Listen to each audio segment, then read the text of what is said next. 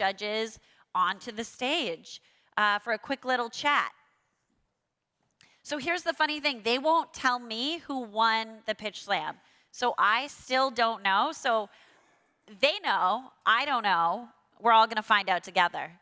So speaking generically, without giving anything away, what were some trends that you really heard from the brands that were pitching that were exciting to you? You know, we liked companies that had functionality, some deep nutrition, were part of categories that were in the midst of expansion.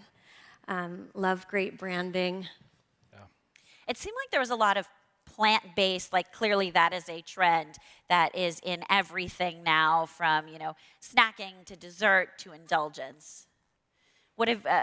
Pete, what about you? Yeah, I mean, you've seen the mega trends come loud and clear, right, on what's going on with all the brands that were here today. But what's interesting is the professionalism that comes to the table. Like brands this young and have this much detail on their brand and where they're going and where they're heading, it's pretty impressive. So. I mean, that means a lot coming from someone who I'm sure is seeing a lot of brands cross your desk. They're all pretty young in their stage of development, and they're thoughtful on what they're doing, so it's good. And John, a lot of these brands touched upon categories that are pretty close to home to you. We had jerky, we had snacking, global flavors. Yep. What did you think? I agree. I think the level of talent of these founders is incredible for some of these early stage brands. The packaging is just jaw-dropping on some of these just ready to go to market brands. So I think it was hard to pick one because all of them were really great, but all of them were very impressive. Natasha, what's your advice to the entrepreneurs after this ends? What should they go do? I think really thinking about the point of view that you want to have and how you're going to, there's a tendency to want to keep developing and iterating different ideas and different SKUs, and that can be good, but I think you really got to make sure that each one of those is going to get you deeper and deeper with that target consumer that you're going for, and also how you're merchandised. I thought that was an interesting discussion. Where is this going to live, and how is it going to best disrupt those spaces? Okay, so without giving anything away to me and the audience, what did the winner have? Like, what really excited you about them?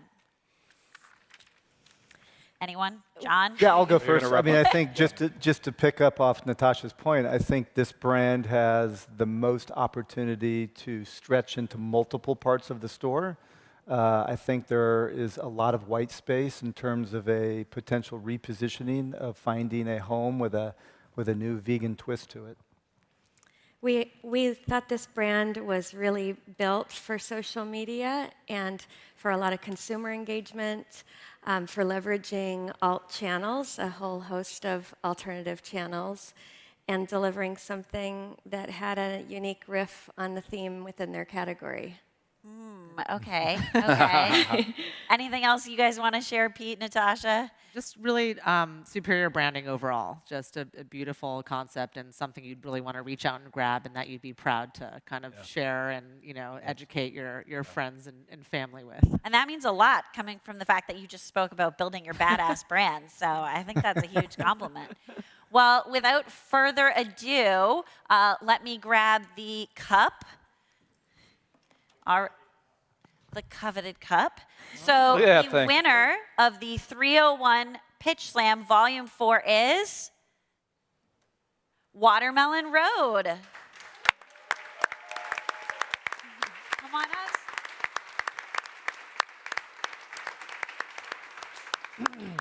So come up on stage. Yeah. So anything else you guys want to share now that we've revealed the winner? Wait, Tracy, grab a couple notes here. Do you want to? Yeah, we think the opportunity for scale is really going to grow if you can get that price point to $4.99, the number of consumers you'll invite into the brand. We love the theme around watermelon and think there's a neat expansion opportunity maybe around other melons, cantaloupe, honeydew, and to really own that space and maybe steer clear of some of the fruits that lots of other folks are already doing, like apple. And I think the unique channel opportunity that you heard earlier, I think about like Urban Outfitter. Like I could see your brand sitting there and some of the millennial shoppers, picking it up on the way. So unique channel opportunities, I think, comes with this brand, which is kind of fun. Yeah, I think that obviously you're in a dried fruit space, but the fact that you're calling yourself a jerky really opens up this incredible opportunity for you to play into that jerky set. So when we were talking about merchandising, that's a huge, important strategy that you have to deploy. And if you can find yourself as a vegan alternative onto that set, where the price parity is very close, I think that you're going to break out of the commodity of that dried fruit area and really have a real good opportunity. Wow, this is pretty amazing. You've got brand compliments from Cool House, the Jerky King saying that you've got a lot going on in the jerky space. I think there's a bright future, and we're looking forward to continuing to cover you on NOSH. Thank you. And with that, thank you guys so much for being here. Yes. Good job.